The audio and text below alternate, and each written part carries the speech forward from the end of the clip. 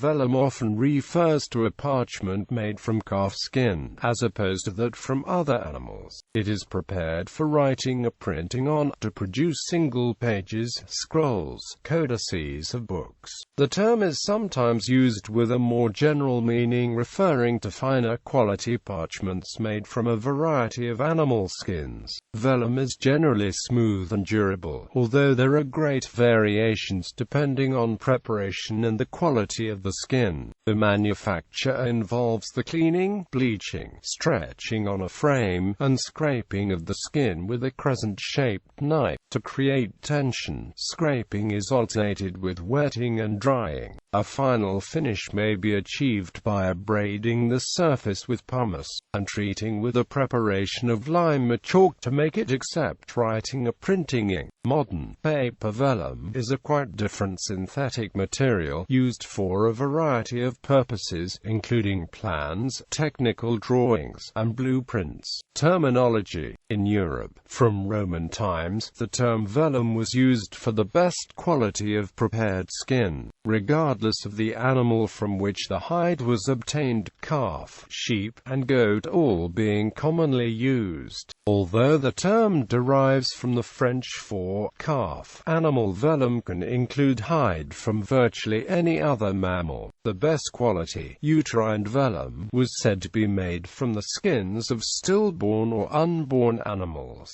although the term was also applied to fine quality skins made from young animals. French sources closer to the original etymology tend to define vellum as from calf only, while the British Standards Institution defines parchment as made from the split skin of several species, and vellum from the unsplit skin. In the usage of modern practitioners of the artistic crafts of writing, illuminating, lettering, and bookbinding, vellum is normally reserved for calf skin, while any other skin is called parchment. Manufacture. Vellum is a translucent material produced from the skin, often split, of a young animal. The skin is washed with water and lime, but not together. It is then soaked in lime for several days to soften and remove the hair. Once clear, the two sides of the skin are distinct, the side facing inside the animal and the hair side. The inside body side of the skin is the usually lighter and more refined of the two. The hair follicles may be visible on the outer side, together with any scarring made while the animal was alive. The membrane can also show the pattern of the animal's vein network,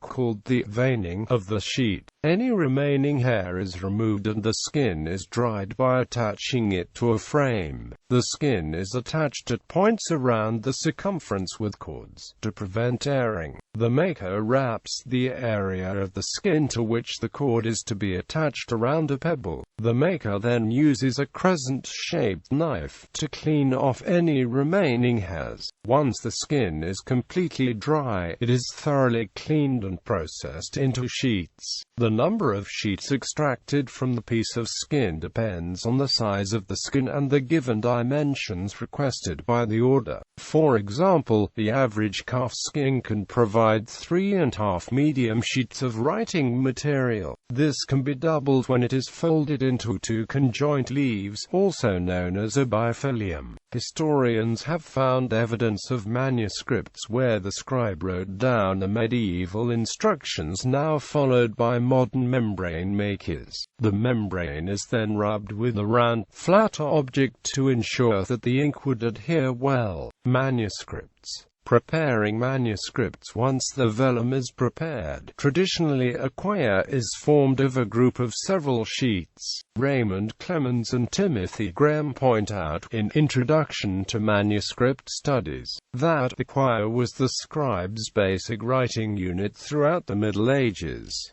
Guidelines are then made on the membrane. They note pricking is the process of making holes in a sheet of parchment in preparation of its ruling. The lines were then made by ruling between the prick marks. The process of entering ruled lines on the page to serve as a guide for entering text Most manuscripts were ruled with horizontal lines that served as the baselines on which the text was entered, and with vertical bounding lines that marked the boundaries of the columns. Usage. Most of the finer sort of medieval manuscripts, whether illuminated or not, were written on vellum. Some Gandhara and Buddhist texts were written on vellum, and all Sefer Torah are written on kosher cloth vellum. A quarter of the 180-copy edition of Johannes Gutenberg's first Bible, printed in 1455 with movable type, was also printed on vellum, presumably because his market expected this for a high-quality book. Paper was used for most book printing, as it was cheaper and easier to process through printing press and bind. In art, vellum was used for paintings, especially if they needed to be sent long distances, before canvas became widely used in about 1500, and continued to be used for drawings and watercolors.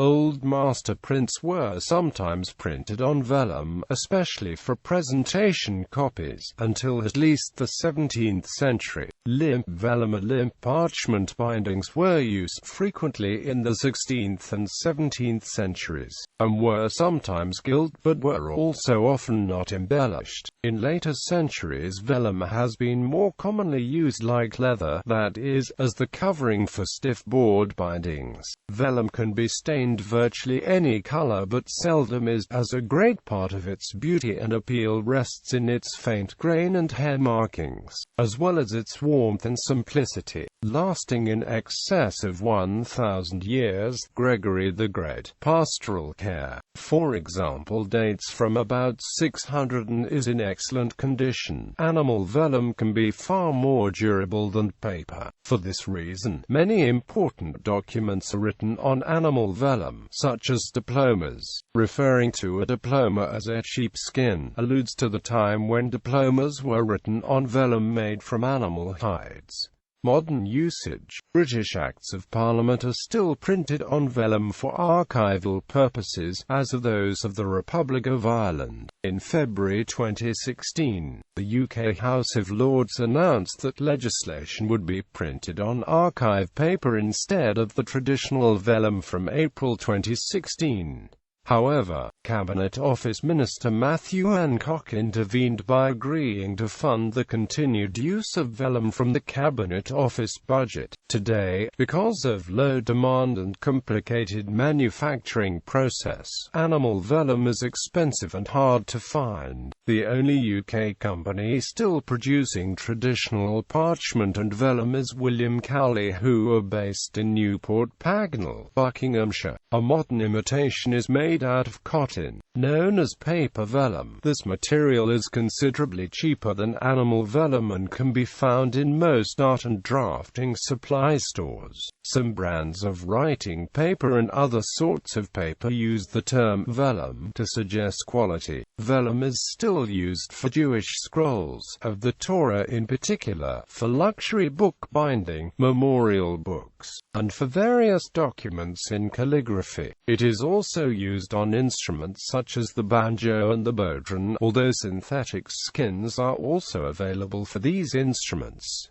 Paper vellum. Modern imitation or paper vellum is made from plasticized cotton, usually translucent. Paper vellum in various sizes is often used in applications where tracing is required, such as architectural plans. Like natural vellum, the synthetic is more dimensionally stable than a linen or paper sheet, which is frequently critical in the development of large-scaled drawings and plans such as blueprints. It was also extremely important in that reproduction technology for dissemination of the plans, as, like a high-quality natural vellum, it could be produced in a thin enough sheet to be virtually transparent to strong light, enabling a source drawing to be used directly in the reproduction of field-used drawings. Preservation. True vellum is typically stored in a stable environment with constant temperature and 30% relative humidity. If vellum is stored in an environment with less than 11% relative humidity, it becomes fragile, brittle, and susceptible to mechanical stresses. If it is stored in an environment with greater than 40% relative humidity, it becomes vulnerable to gelation and to mold of fungus growth.